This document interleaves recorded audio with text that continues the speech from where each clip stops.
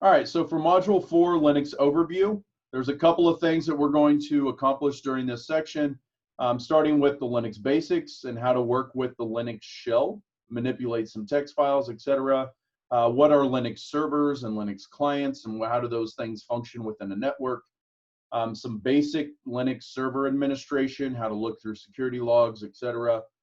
The Linux file system as a whole, how that's set up, how permissions are done, working with the Linux GUI, and then working with the Linux host.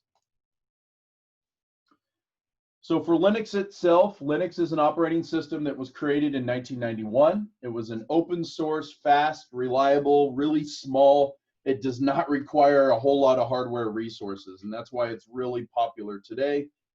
There's more Linux around you than there is Windows, I guarantee it. You just have to look in smaller areas. For example, whether it's your little router or something like that in your network, it's probably running some form of a Linux kernel. Linux is part of several platforms, can be found on all sorts of devices, from, like you said, your wristwatch to your supercomputers. It's designed to be connected to a network, and which makes it simpler to write and use network-based applications. A Linux distribution is a term to describe packages created by different organizations to include the Linux kernel, as well as customized tool and software packages. So again, a Linux distribution is made by several companies, and some of those are free and open source. Some of those are closed source, and you have to pay to use them. So the kernel itself has to remain open source, but the extra packages and the tools and everything that's put together, there are some companies that are going to have you pay for that. So things like Ubuntu distributions are all open. You may have other ones like Red Hat, which they're open source, but if you want any support, you have to pay for the support. So what is the value of Linux? Well, Linux is it's often the operating system of choice in a SOC, and the reason for that is Linux is open source, therefore anybody can acquire Linux at no charge, and you can modify it to fit exactly the way you want it set up. The CLI is extremely powerful. You can do a lot of things from the command line, and there's a lot of tools available on there as well, but you can also do it remotely. The user has much more control over the operating system. So as an administrator in Linux, known as the root user or super user, you can pretty much modify any aspect of the computer with just a couple quick strokes. And it's a live kernel that you can adjust. It's pretty slick. It allows you for better network communication as well. So there's a lot of things that you can do within Linux. The flexibility within Linux is a great feature for a SOC, and you can do entire operating systems that are tailored to be security analysis. So for example, this SQL application that you see here is commonly used among cybersecurity analysts. It's a special version of Linux called Security Onion, which you guys will get to play with in your labs.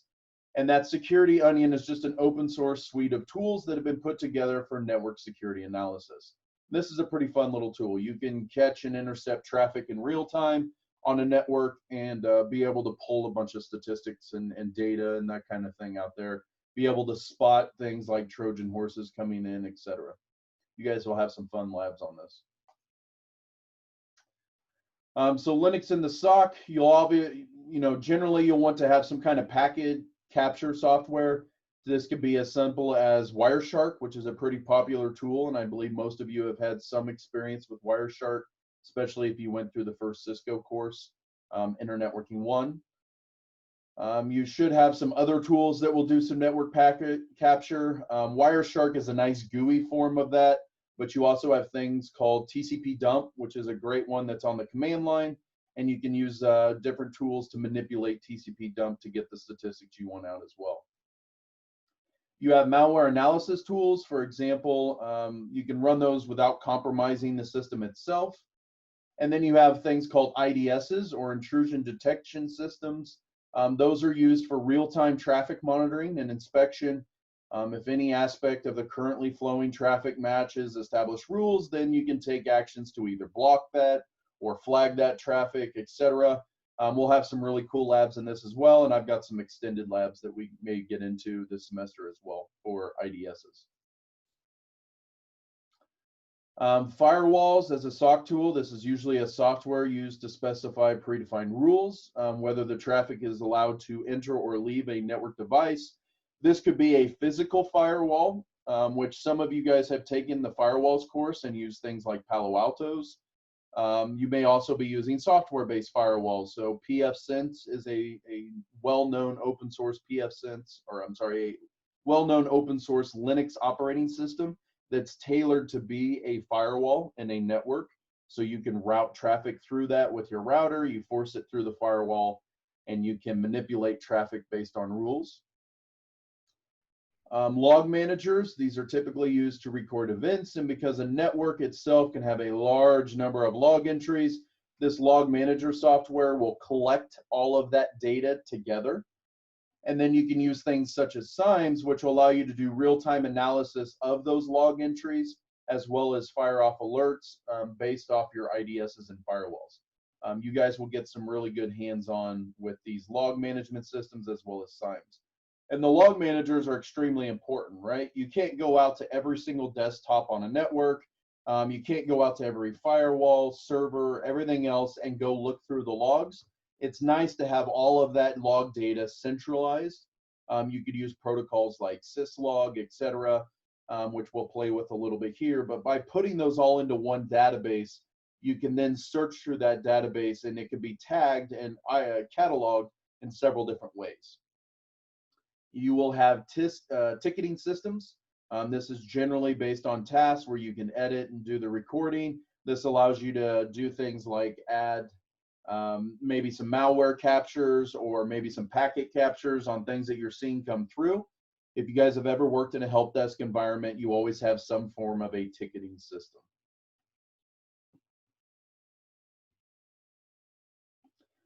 All right, so some different tools that you'll use in the SOC. Often you're going to have Linux computers that contain penetration testing tools.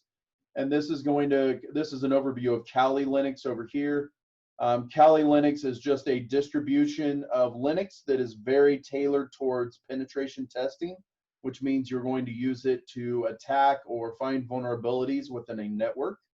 We're going to have a limited exposure to Kali Linux in this course, but if you get really excited and really like the tools that you start learning here, you may want to take a look at our master's program, as we will do a very deep dive. There's an entire course just written for penetration testing using Kali Linux.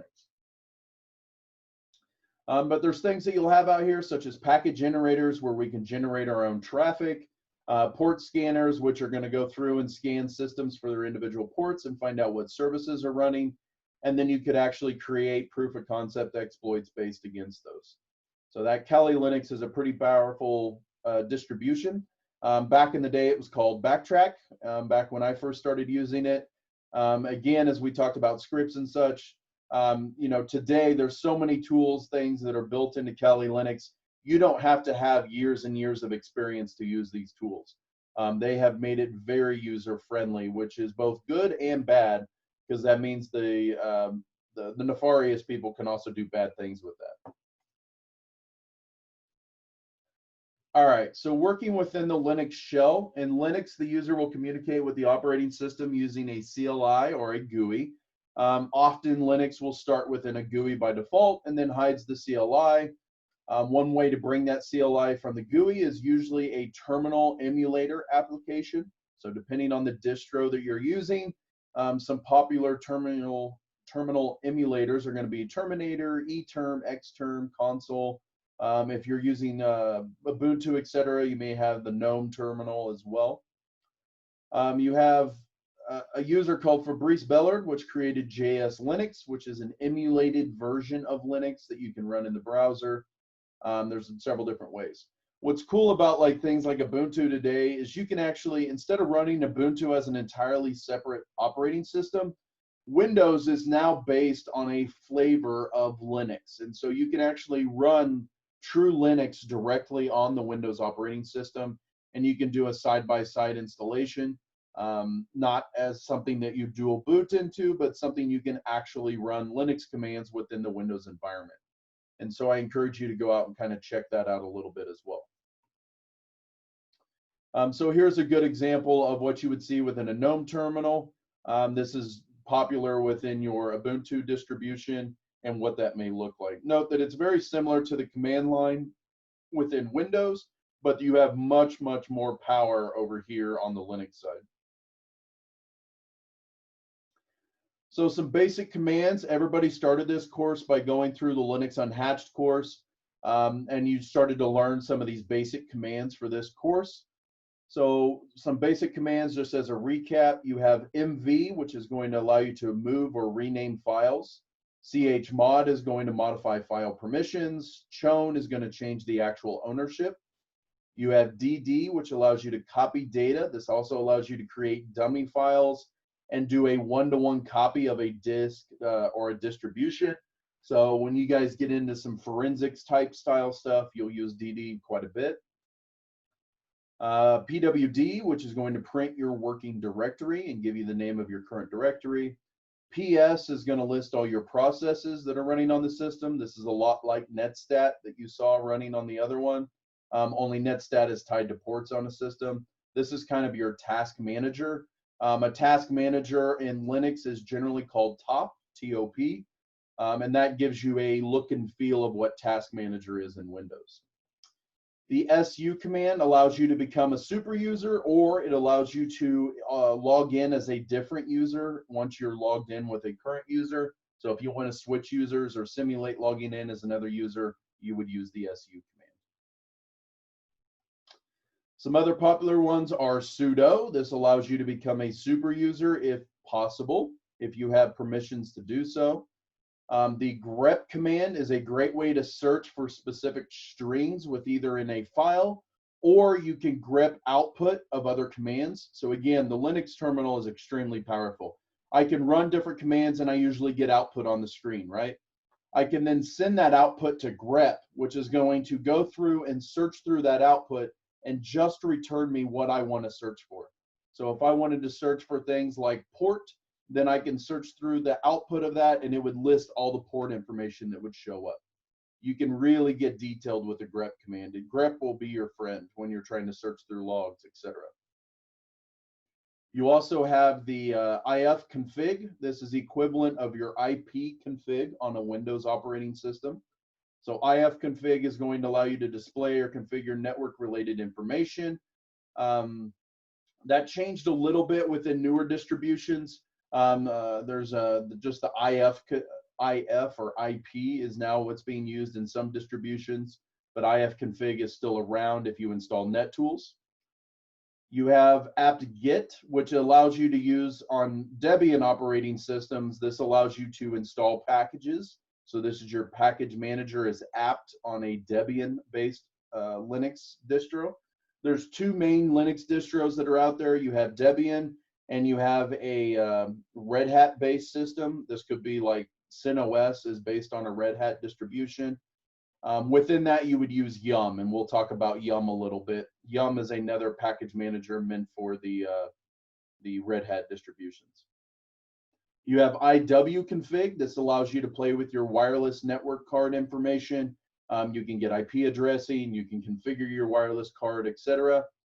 The shutdown command allows you to shut down the entire operating system and put everything to sleep or kick out all the users. Passwd is what the command you would use to change your password.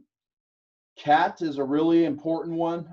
Cat allows you to list everything that's inside of a file. Basically allows you to see the file by just dumping it out to the command line. You'll also use cat in combinations with grep so that you can find different things within a file. And it does expect the file name as a parameter. And then the man. I know you guys used the man command while you were working through the initial Linux Unhatched. This allows you to see the documentation for that particular command. When working with files and directories, some common commands that you'll use, ls will list all the files inside of the directory. There's a bunch of different switches that you'll use with ls. For example, ls-lah is one of my favorite ones to use. LAH will, one, list all the files that are inside of there, including hidden files. And then the H is going to allow you to get the file sizes in human readable format. So in other words, it's going to be in bytes or megabytes or gigabytes, etc. CD allows you to change the current directory. MKDR is going to be allow you to make a directory or create a new directory under the one you're in. CP is going to allow you to copy files from place to place. A lot of these, for example, like CP, you want to get familiar with a -R. That R may be capital or lowercase, and that typically means recursive, which means it's going to grab all the files underneath of it. So if you want to copy an entire folder, you will use a -R. Again, in this command, I believe it's a capital R. Remember that Linux is very case sensitive. So there's a difference between a capital R and a lowercase r. MV is going to allow you to either move files or change a file name. RM is going to remove that file. There again, the -R in the RM is going to remove all files within a folder or directory. grep is going to allow you to search for strings. We talked about that, as well as cat. So when working with text files, there's many different text editors within Linux, and everybody will have their own favorite text editor over time. Some of those text editors will have a GUI interface, while others are command line only. A text editor is just a feature set. It supports different things. So as a programmer, you'll be able to use things that will have like syntax highlighting or parentheses check or other programming focused features. You can use some command line based text editors are really important as they don't require a lot of overhead. Some really popular ones on Linux distributions that I like are like Nano. If you can use VI is a really important one, or Vim, which is VI improved. That one has a lot of features such as color coding and syntax highlighting, but it takes a little bit of work to understand all the shortcuts and the commands within that. Nano is pretty straightforward. It's a lot like Notepad on Windows. It's not a GUI based one, although it does have its own little GUI interface on top of that. So for example, this is Nano on a system. It's a really popular one, particularly with Debian installations. An administrator can use this to edit firewall rules. That's what they're doing here. It's good for often system configuration and maintenance within there. Due to graphical support, Nano can only be controlled with a keyboard, so it's not like you can use a mouse. But here it's running inside of an operating system, but note that they're inside of a terminal, and so it's a terminal-based application. But again, it works a lot like Notepad, and it's a pretty popular one to use. So in Linux, everything is treated as a file. So this includes your memory, your disk, your monitoring, your directories. Everything is like a file. So it's kind of weird when you first start playing with it, but it starts to make sense as you go on. So configuration files are generally text files, which are used to store adjustments or settings. And then those are started or launched by a service. They're read, and they may be continuously read if changes are made to them, or you may need to restart that service in order to accept changes. Users have to have proper permission levels in order to use or change the contents of those configuration files. When launched, services or applications will check those configuration files and adjust their behaviors accordingly. For example, when a user runs sudo nano etc host, this file allows you to set and adjust the host file. You must use the sudo command before you run nano. If you try to just run nano etc host, this is going to open up etc host, which is your file. It's going to run it in the nano application or text editor in this case. But in order to modify this file, you have to have super user privileges, and therefore you have to start it with sudo. And it's kind of short for super user do. All right, so once you're inside of here, you'll see your host table, and this allows you to set up your own host file. If you've never worked with host files, the way this works is you can set your own name entries in here that map to an IP address, and that way you don't have to use their IP address, you can just use their name. But again, only hosts are allowed to, or only super users are allowed to edit this host file. You also have this same similar host file on Windows, it's just in a different location. All right, so you will have a lab that'll help you work with text files in this section, as well as getting familiar with that Linux shell. I encourage you to do these labs over and over and over. They are different or very similar in some cases to the ones that you did in Linux Unhatched. but definitely perform those labs and fill out those sheets accordingly. Okay, when working with Linux servers and clients, there's a couple different communication paths that take through here. So typically your servers are going to be ones with software that's installed to provide services to all of your clients. The clients are not necessarily a PC. This could be mobile phones, it could be telephones, it could be camera systems, it could be anything downstream, but your servers are going to host those resources for those. And they could be things such as files, emails, web pages. They could be configuration logs for like cell phones or telephones. There's a bunch of different reasons to have servers running out there. It could be for log management, so they could run backgrounds and collect logs off all of these clients and send them back. Typically, when you download files, you're coming from a server to a client. And if you're sending things up to the server, that is considered an upload. All right, so this is very important. I try to get all my students to understand this, especially within cybersecurity. You should memorize these different ports. They should become second nature to you. So for example, a port is just a network service or resource that's reserved by a service.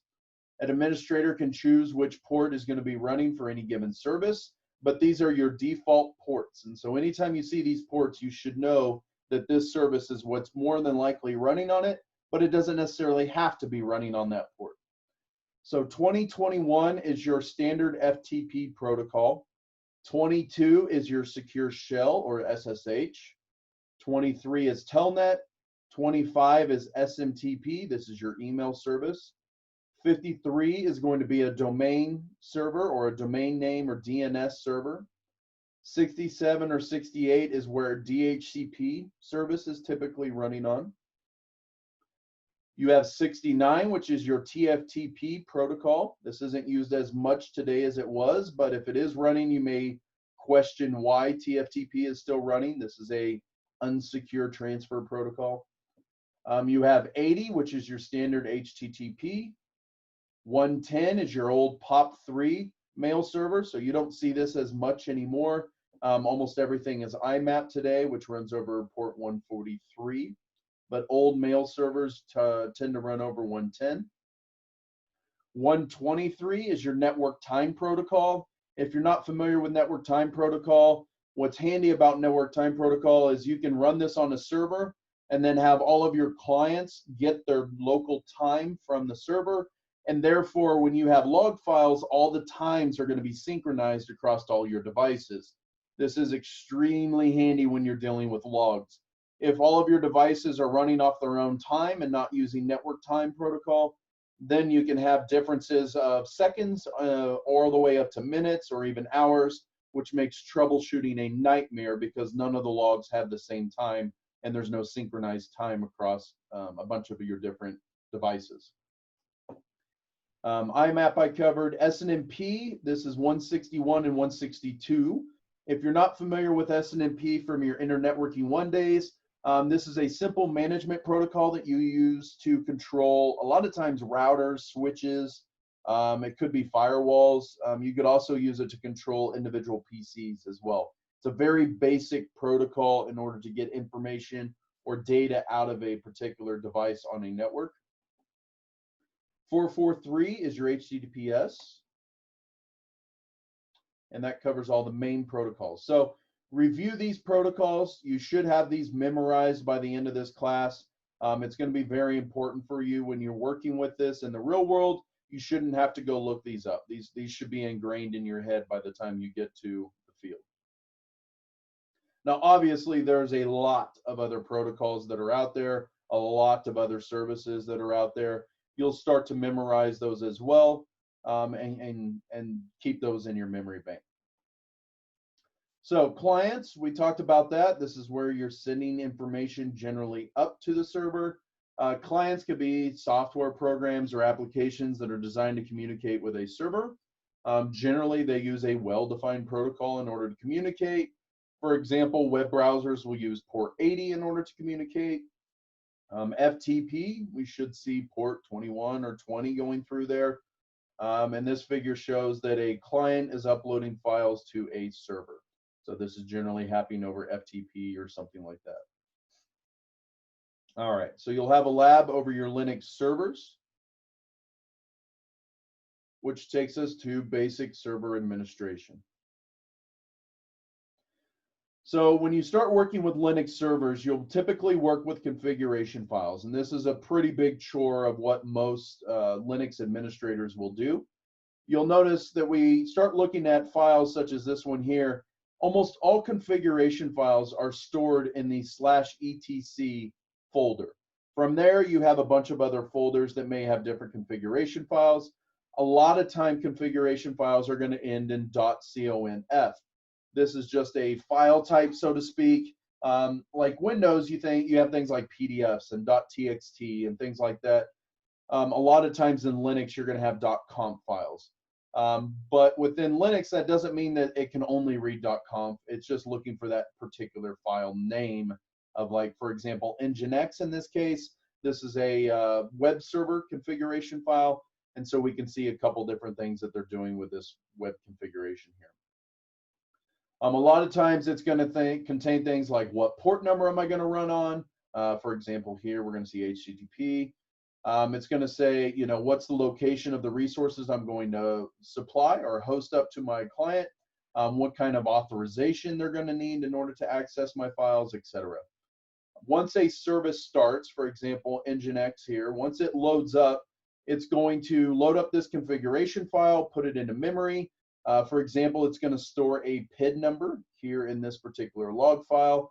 It's going to tell you where the logs are going to be stored. So you can see those two different log bearers here as well. And this one here, like I said, is for a lightweight web server, Nginx. NTP configuration. So if you want to run your own NTP service, obviously, even though you're running the service and hosting it up to all of your clients, you still have to get your time synchronized with the main clock somewhere. And so a lot of times you'll have these different pools of NTP servers, and you can see that here within an NTP configuration file. One other service that you guys are going to play with a little bit is called Snort. Snort is a intrusion detection system. And so if you're running this IDS, as they like to call it, which just detects any anomalies on your network, so you actually route traffic over it, and it can sniff out things that are going on. And if it detects any kind of anomaly, for example, this IP address or something like that going outbound or inbound, and triggers a rule, then you would get an alert, and you can set up alert systems for that. So this is a configuration file for Snort. There's no rule for a configuration file, so every software developer has their own. However, typically you see something like an option equals a value. So if you look down through here, you'll see different options go through here. A lot of times your hashtag sign or your pound sign is going to be a comment. So anytime that you have this in here and it starts with this, generally anything after that is going to be a comment, which means this is not text that is consumed by the software itself. So a lot of times you'll have a description at the top of these that are all commented out, and then you'll have configurations that are down below here as well. Okay, one of the main things that we do within Linux devices is harden them. And what hardening means is that we're going to implement proven methods to secure this device and protect administrative access. As we mentioned, in a Linux distribution, and once you get root access, you have keys to the kingdom. You can do whatever you want. You can download password files, you can crack them offsite later, you can manipulate the entire Linux system, you can start deleting files if you want to, you can do whatever you want. So you always want to get that super user, even more so on a Linux system than you do on a Windows system. So some of those methods include maintaining passwords, configuring enhanced remote login features, implementing SSH. You don't want to have things like Telnet available where you're sending clear text over a line. You definitely want to have SSH. You may want to go and do things like SSH where you're no longer using a username and password, but you want to use things like SSH keys, in which case you have to have a key in order for that to operate. So you don't have to worry about people learning or guessing your password or cracking your password. you actually use SSH keys, and that's a much more secure way and often required in today's environment versus using usernames and passwords. Depending on a Linux distribution, there may be services that are enabled by default, so you may want to stop those services and ensure they don't start automatically when you're trying to harden this up. Operating system updates are just as important as they were in Windows, and it's important that you do this within a Linux operating system, particularly within Linux, as they patch things, updates regularly, and so you want to make sure you go in and find those patches. So there's a couple different best practices when you're doing device hardening. You want to make sure, one, you have physical security. If people can have access to the physical laptop or desktop or your servers, they can do whatever they want. They can reboot the system and get in through the root user. They can bypass the entire kernel and you can get past everything. Physical security is more important than you think. Minimizing the number of installed packages. Only install what you need for this particular server. Don't run a bunch of extra services that you don't need. Even if you think you may use them in the future, well, then turn them on in the future. Don't let them sit there and run in the background. Because more than likely, you're not keeping updates on all those services, and that happens quite a bit. So that goes hand in hand with disabling unused services.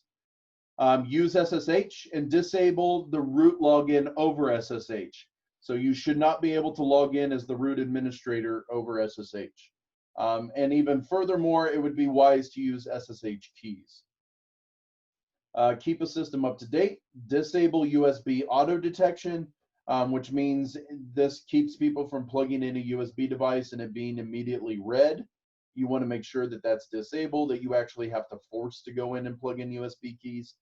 Today, USB isn't a big deal. It's not used as much, little thumb drives, etc., particularly on Windows or Linux servers. So that's another reason you want to disable that kind of thing. If you're using a Linux desktop, there again, you may want to be able to turn that off and on a certain basis. Enforce strong passwords and enforce periodic change of those passwords and keep users from using old passwords. Now, there's a couple caveats to that, right? Obviously, people always forget passwords. So as I mentioned in other sections, passwords, you want to make sure the longer the password, the better. It doesn't matter if you have a bunch of fancy characters and stuff like that. If it's not a long password, it's probably crackable.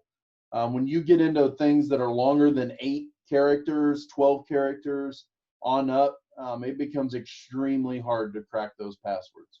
It just takes way too much time. However, if you're not forcing periodic password changes, as a hacker, I generally have all the time in the world. So if you're not changing your passwords and you're using the same password for a year, I've got a year that I can sit there and try to crack your password. Monitor service logs. So log files are generally stored as records that keep track of important events. You have kernel logs, service logs, application logs, etc. By monitoring those logs, an administrator can gain a clear picture of what's going on by performance, security status, or any underlying issues. There's a couple different log file categorizations inside of Linux. You have application logs, event logs, service logs, and system logs. And those are all running about daemons, which daemons is another word for services. And those typically are a background process that runs without a user's interaction. So this would be things like services that may be running in the background. Some popular locations for files. You have var log messages. This is a generic computer activity log. So when you're troubleshooting a Linux system, this is usually the first thing that you go take a look at. Var log messages. This is a typical folder. Some distros will put this in a different folder, but this is just a catch-all type folder here. It's just informational, non-critical system information. The auth.log is going to be all authentication and login events on both Debian and Ubuntu-based systems. Anything involving user authentication. So when a user logs in, when they log out, if they try to get super credentials, that kind of thing, it's going to get logged over here in the auth file. And therefore, you may want to monitor this file and flag alerts if, say, somebody gets a sudo account, you want to log that. You want to make sure that if you need to trace back who had super user privileges at what point in time. If you're on a Red Hat or a CentOS distribution, then you're going to look in var log secure. Again, this is going to track your sudo logs, your SSH logins, etc. Boot.log, this is going to be anything related to your boot system and other things that are logged during that computer startup process. Dmessig is another main one that you guys will use when looking through Linux-based systems. If you've never played with Linux, this is another very popular one. This one is all your kernel ring buffer messages. So as the kernel's booting up and loading devices or software, hardware issues, that kind of thing, you'll generally want to go check out your dmessig file. It's important because it's very low level, and therefore things like syslog and such like that aren't running when the system events initially take place, and so you won't have those kind of logs unless you go back and look at this one in particular. Kern.log is logging everything by the kernel itself. The cron system, if you're not familiar with cron is a service that allows you to run scheduled automated tasks within Linux. And you can run this at different intervals throughout the day. So this could be 1 minute, 5 minutes, it could be every hour, it could be every day, it could be every week. There's a bunch of different intervals that you can set cron jobs up. But this is going to be a log file of all those cron jobs that are running in the background. You may want to double check that, because if an attacker gets in, they may set up a cron job where if you set up a port and you notice a port's running on a service that you shouldn't have running. For example, SSH is running on a weird port number. A hacker may do this so that they can go into your system. They're not going to run it on port 22. You know that SSH is running on 22. If they run another SSH server on port 9321, for whatever reason they picked that port number, you're not going to suspect anything right off the bat, because you're generally looking for a lower service port number. If you kill that port number, they may have a cron job that allows you to, or allows it to come back up and checks every 5 minutes to make sure it's still running. If you don't go clear your cron files, you may think you cleaned up the system of, this malicious SSH service, but if you didn't clean up the cron job, it's going to come right back. So it's a nice trick used by hackers, but it's also extremely important for server administration. You can use it for log file cleanup. You can use it for cleaning up configuration files if you need to check those every now and then. You can run checks to make sure that files haven't been manipulated within a 5-minute interval, and if so, log that kind of thing. There's a lot of cool things that you can do with cron. If you're running MySQL, your SQL logs are typically in this folder here. So notice how everything's generally in var log. MySQL or SQLd.log or SQL.log. This is where all your debug, failure, success messages, etc. are running for that. So as we talked about with var log messages, you're going to see the output here. In order to view this log file, you can use cat, which is a command you guys learned earlier. You may need to use sudo cat if you need super user privileges in order to view this file. And so if we look at var log messages, I can see what kernel I'm starting to run. I can see what happened during the boot process and see all the things that are loading up as I go along. So as I start troubleshooting, this can be extremely beneficial looking at var log messages. Note that you have timestamps so you can tell not only the time this executed, but time between different sections of this kernel boot up procedure. So here you guys will be able to go out and locate log files and manipulate those. Okay, the Linux file system. We are going to compare this a little bit like we talked about with Windows in the last section. Within a Linux file system, there's a lot of different file systems. I mean, there's a lot of different file systems you can use in a Linux. They all have different varying properties of speed, flexibility, security, size, structure, logic. There's a whole bunch of different features for different file systems.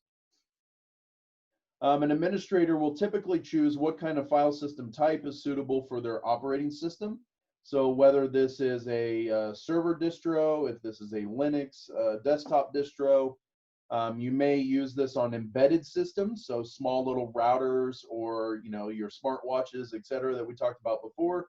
Those all have different file systems that have good things and good reasons for choosing those particular file setups.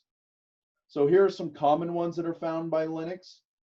You have the ext2 default file system. This is common among most major distributions. This is sometimes replaced by ext3 now. It's still a file system choice for flash-based storage media, so this is your USB, etc. As it has a lack of journaling, what journaling does is it would allow you to keep log entries and things like that of file changes, so you can go back and recover files easier. However, that decreases performance over time. So ext is generally an increase in performance because it does not have journaling, and it also minimizes the number of writes going to a system. So again, this is for flash-based media like your USB drives where you have a finite number of writes. As it says here, limited number of write operations as well as device lifetime. ext3 is what's called a journaled file system, and it improves on the ext2 system. That journal or log is usually a technique to minimize the risk of file system corruption, particularly with sudden power loss.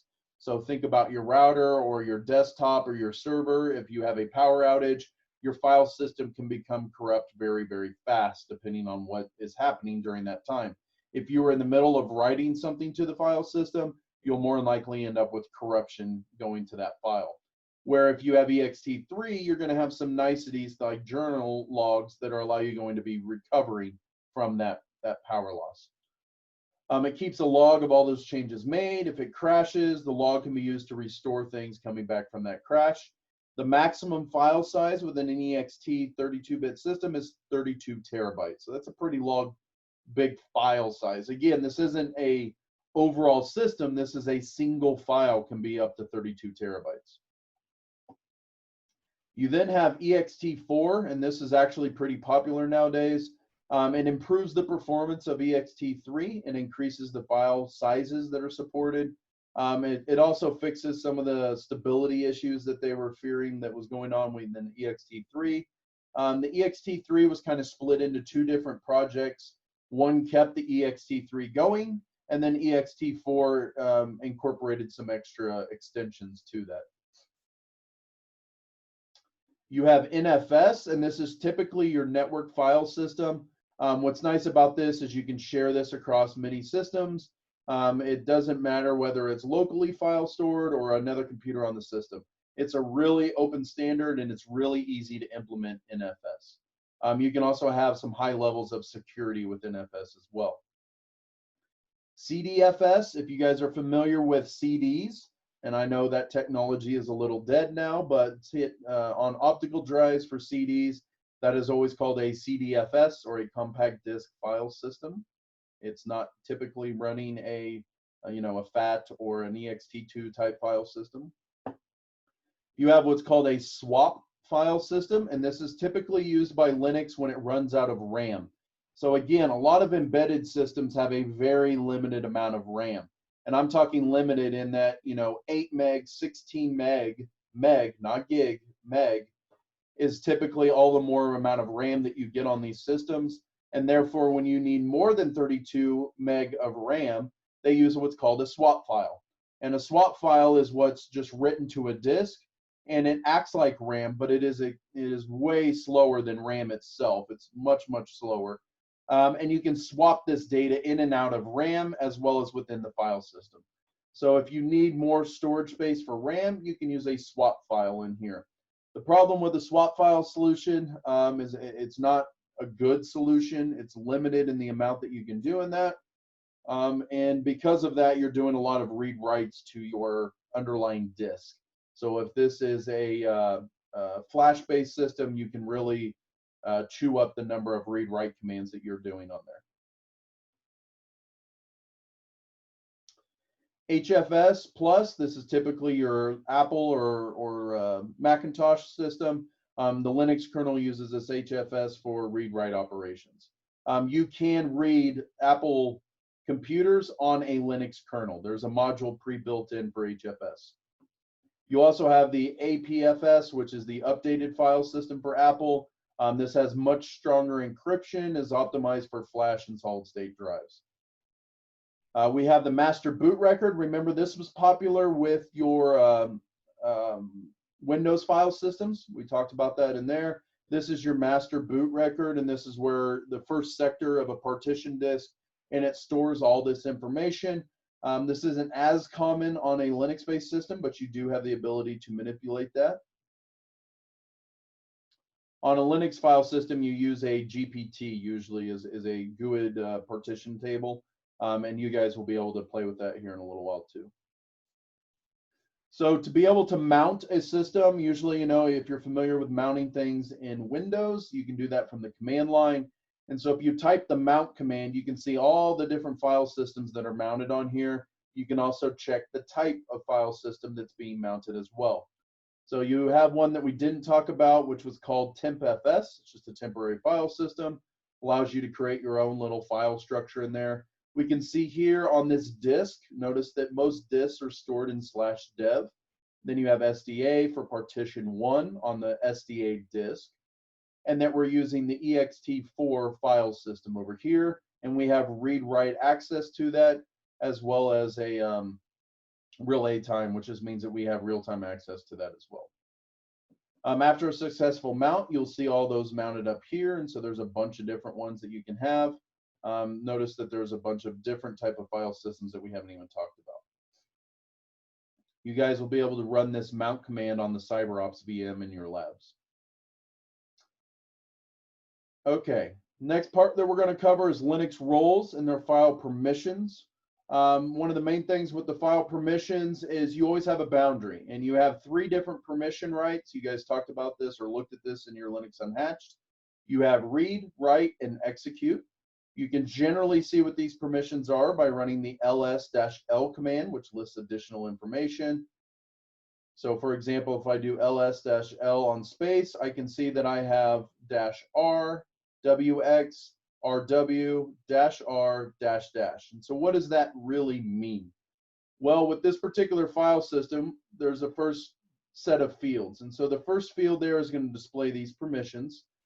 This next one is going to tell us this number 1 here is the number of hard links to that file. Then we're going to see in the 3rd and 4th field who the user is that owns this file, as well as the group that owns this file. Sometimes this is the same thing, but if a user is part of a group, this may differ. We may then see the number of bytes by the system. Notice if we had used H here, this would use this in human readable bytes. This in this case is just 253 bytes. The 6th field will go from your date time, and then the 7th field is your timestamp. So these permissions that we talked about here, this is going to be in this particular format. We'll talk about another format here in a little bit. So what do those dashes mean? Typically, the first section there is going to say whether it's a directory or not. So you have either a dash or a D. If it's a D, it's a directory. If it's a dash, it's a file. The next 3 section is your read, write, and execute. So depending on these different levels, you have this going through here. And then you have read, write, execute for your group and read, write, execute for other. Again, if you have RW, that means you have read, write privileges, but you may not have execute privileges over here.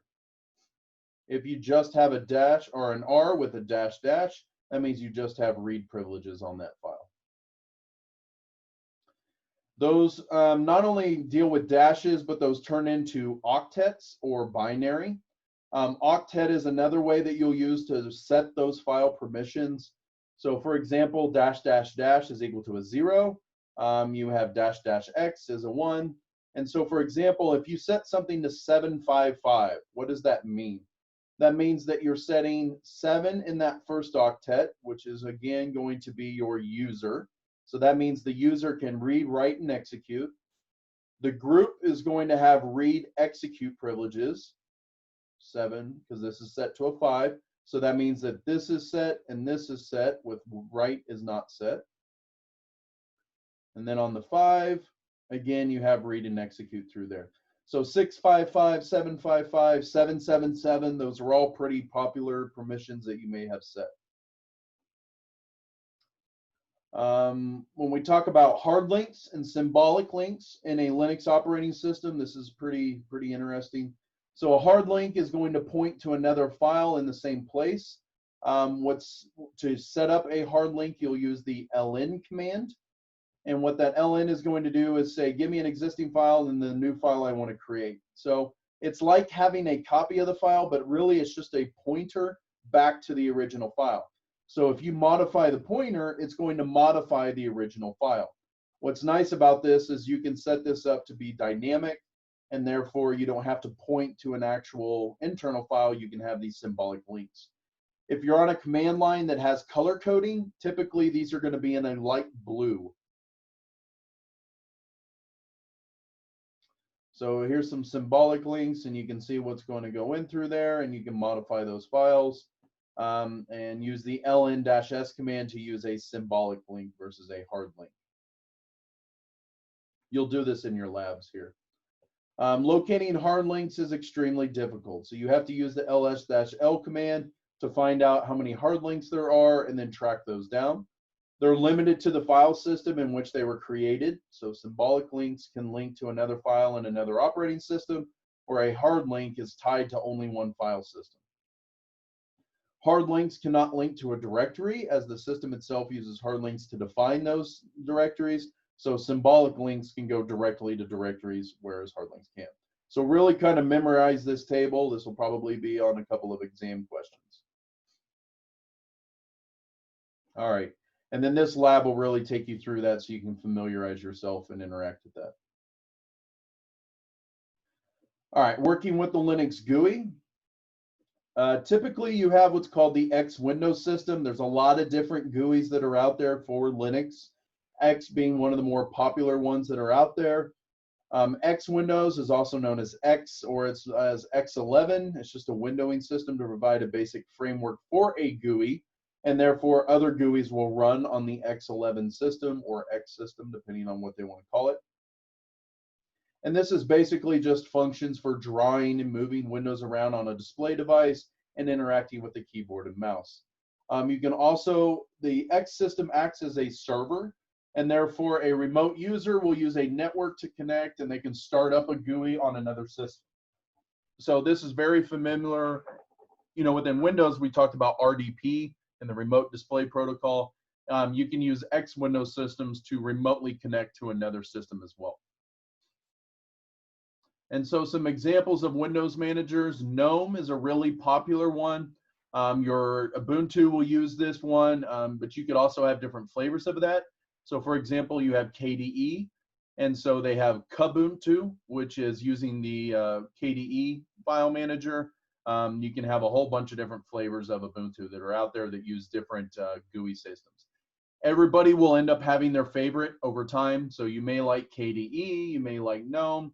You can get used to each Windows manager. They also change with time. I've met some diehard Linux guys that, you know, GNOME was the only way, and then all of a sudden GNOME changed a whole bunch of different things up and they really hated it and switched to KDE, and then they became KDE lovers for several years, and then the KDE released an update and they switched back to GNOME. So there's a bunch of different Windows manager systems you can use out there. This here shows an example of an older version of Ubuntu. And so there's a couple different layouts within a GUI here. Again, you do not have to have a GUI, but they are considered more user-friendly, obviously. And they help replace the Linux desktop. So if you want wanting users to use Linux, it makes sense to have a popular desktop system that makes it have that look and feel of what most people are familiar with in Windows operating systems. So again, Ubuntu is a very popular and user-friendly one. I prefer Ubuntu, but there's other distros I use for other different things. For example, if I'm running servers, I used to run Ubuntu server, but nowadays I may run something like an Alpine Linux, or I may run, oh man, there's so many different distros that are available out there. Ubuntu will use GNOME 3 right now as its default GUI, but you can choose different ones that you want. And these are some of your features. So it'll have a top bar versus that bottom bar you typically see in Windows. Obviously, you know, you can change that. You have a start menu-ish, so to speak, over here, which is your status menu, calendar, date, time, your apps menu, which is kind of like another start menu over here that will bring up your apps. You have what's called a dock over here on the left-hand side. This is like your quick link bar that you have in a Windows operating system. And then obviously your desktop out here with icons. So that apps menu within what's called Unity, and Unity is just a GUI for your GNOME desktop there. You have an apps menu, and you can right click on that and get shortcuts to those. You can do a search box within there. The Ubuntu dock is over there on the left-hand side. It's just an application launcher. You can lock things to the dock so that you, just like you can within the Windows operating system. You have the top bar that's going to tell you what the title bar is. This is usually where your system menu status, your view, tool, file, all that when you launch those. Calendar, date, and time, applications, and status. You guys will get to play with that, so I'm not going to spend too much time on that. Okay, so being able to install applications on a Linux host, there's a lot of different ways to install applications on Linux. You could download the tar packages for these. You may get things off GitHub, but a lot of times you'll use package managers in order to install software on a Linux-based system. And so to aid in that, you have what's called a package manager. And within different operating systems, you have different package managers. Within Debian systems, you're going to see the apt-get or apt command. Nowadays, it's apt on updated Linux distros. And it'll tell you if you want to use the more popular ones. So you'll have things like sudo apt-get update. This is going to update that distribution. This gets updated quite frequently. So a lot of times before you install packages, you go and do an update, which is just going to update the distro. This isn't upgrading the packages. This is just updating the distro list. Then you can run things like upgrade, and that's going to go through the list of all the packages you have installed and see if any are marked for updates. If they are, it's going to go ahead and ask you if you want to upgrade them. For example, here they're updating the QEMU systems as well as Firefox, etc. Some common things that you guys are going to want to know. So for example, this is comparing Arch Linux, which is another type of distro, to something like Debian or Ubuntu. Here they use what's called Pacman for their package manager. And so if you want to install a package by name, here you would use pacman-s and then whatever name. In Ubuntu or such, you would use apt install whatever. To remove a package, apt remove, rs, update a local package, update, and then upgrade. They also have another one here called dist-upgrade, and that will upgrade the entire distro. So for example, if you're familiar with Ubuntu, you may have something like release 10.04, and then they go up to 10.10. If you want to jump from 10.04 to 10.10, you can do dist update and upgrade the entire distro to that. You can also do this within the GUI as well, and a lot of times you'll see this software updater within a Linux operating system. You can click on this, and this just gives you a GUI version of being able to find packages and install packages. Another common topic on Linux is going to be your processes as well as forking. So we talked a little bit about processes in Windows. This is very similar. However, forking is a method within a kernel process that allows you to copy a process of itself. And the processes are needed to create new processes, especially when you're multitasking in operating systems. So a fork operation is the only way of doing that within Linux. So you'll have a process that's called a fork, and that means that a caller is processing something from the parent process and then forks it off to another one, which is then referred to as its child. After the fork, the processes are, to some extent, individual processes. So they have a new PID, etc. So therefore, they have different process IDs, like I said, PID, but run the same process code. It's the reason when you look inside of something like top, you may have one process named something dot blah as a service running, but you may say 10 of those. And that's because that process is probably forked off a bunch of child processes. So to get a list of processes, we talked about the PS command, and there's a bunch of different switches that you can use in order to see things on the PS command. This will list all your PID, but if you want to list all the ones that are currently running, you can use top. And top is pretty cool. It looks a lot like the task manager that I talked about before. There's some GUI versions of top that you can use, which look exactly like task manager in Windows. Let me go back here. Whoops. Kill allows you to kill a specific process. So like in Windows, you would right click and end task. Here you would just type kill, and then you can kill that process. A lot of times you have to use like the -9 command, which forces it to kill it. And you'll learn about those different extra switches that you can use on the kill command. So here's a version of top, and as you can see, there's a lot of information within top. We can see the load average on your different CPUs. For example, here on the percent of CPUs, we can see what's using the system. So whether that's the file system or the RAM or whatever's using that, we can sell that by these percentages. We can see on the RAM usage, we can see what the total amount of RAM is available, as well as how much is free, how much is currently being used, as well as your swap file. We talked about the swap file before. And then we can see the different PIDs and processes that are running. So for example, this user is running this. We have Firefox over here, and you have a bunch of different processors here. If we look at K-Worker, notice we have a bunch of different PIDs. These are probably forked processes that have gone off down below here.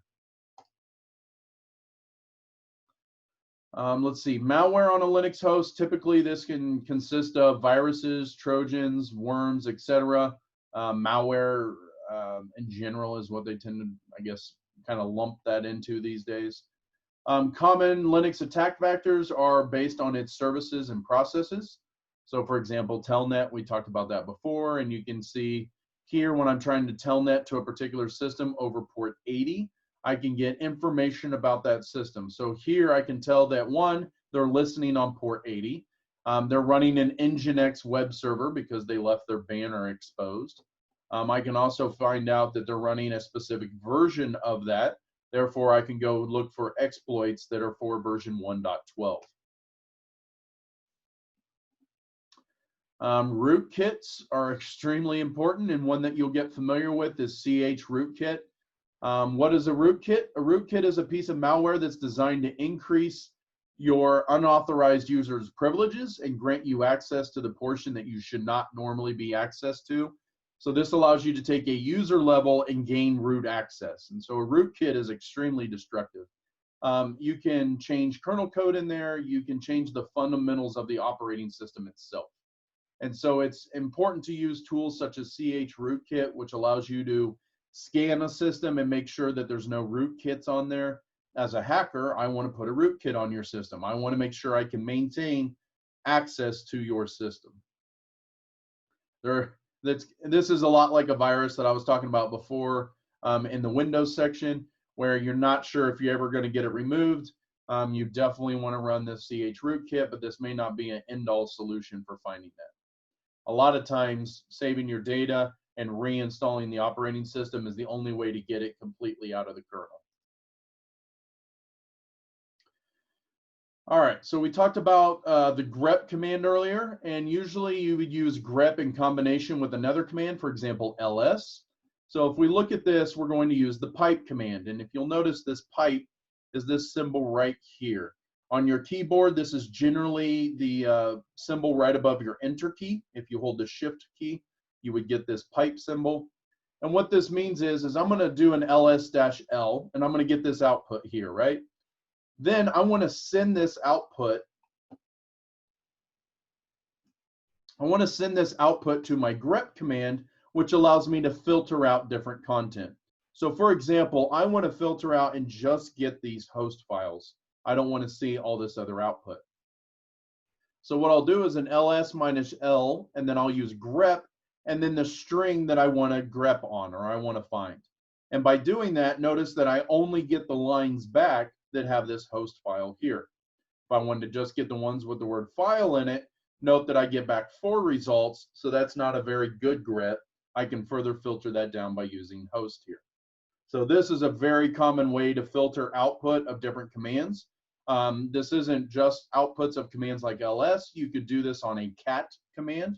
So I make cat a file, I make cat a configuration file, and just grep for a specific line. Note that grep by default will grab everything on that line in that file. So I'm not just grepping the word host. I can actually grep that entire file and get that data back. I could then do something like this, where I pipe this over to another command, and I can awk this kind of stuff out. Awk is another one we'll talk about. But I can take these numbers out, and then I can add those together and find out what the total file size of all those files are. You can do this all in one long command in Linux.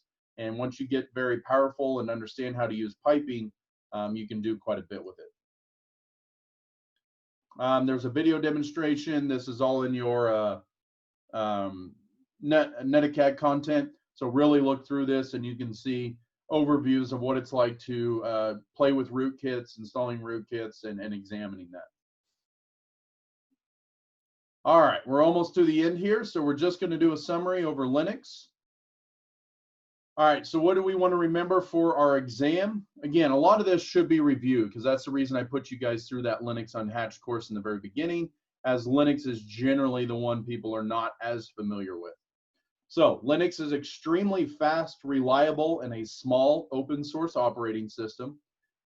Those user commands can be done through the GUI or through the command line, or commonly referred to as a shell in Linux. Servers are computers that have software installed that enables them to provide services to clients. In Linux, servers are managed by configuration files, and various settings can be modified and saved in those configuration files. Remember that a hashtag or a # is generally a comment inside of a configuration file. Linux supports different file systems, and those can all be used based on their attributes.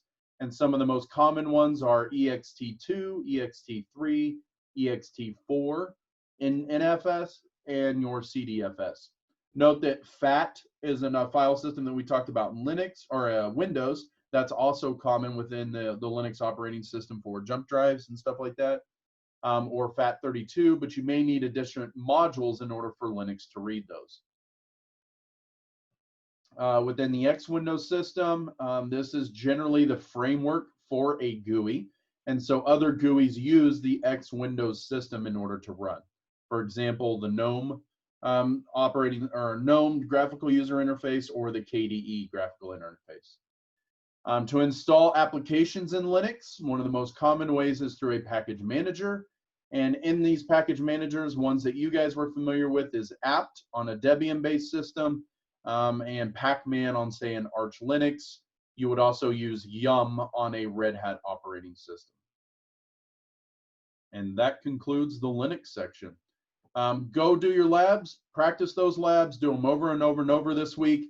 I know there says there's 10 labs, but realize that these labs aren't that strenuous. They're not hour-long labs. Make your reservations so you have plenty of time. There's plenty of pods for everybody, and get through those labs and do them over and over until you're really familiar with the system. Particularly the Linux ones. Get familiar with the Linux command line. We will use that a lot later in this course. All right, I'll conclude this recording.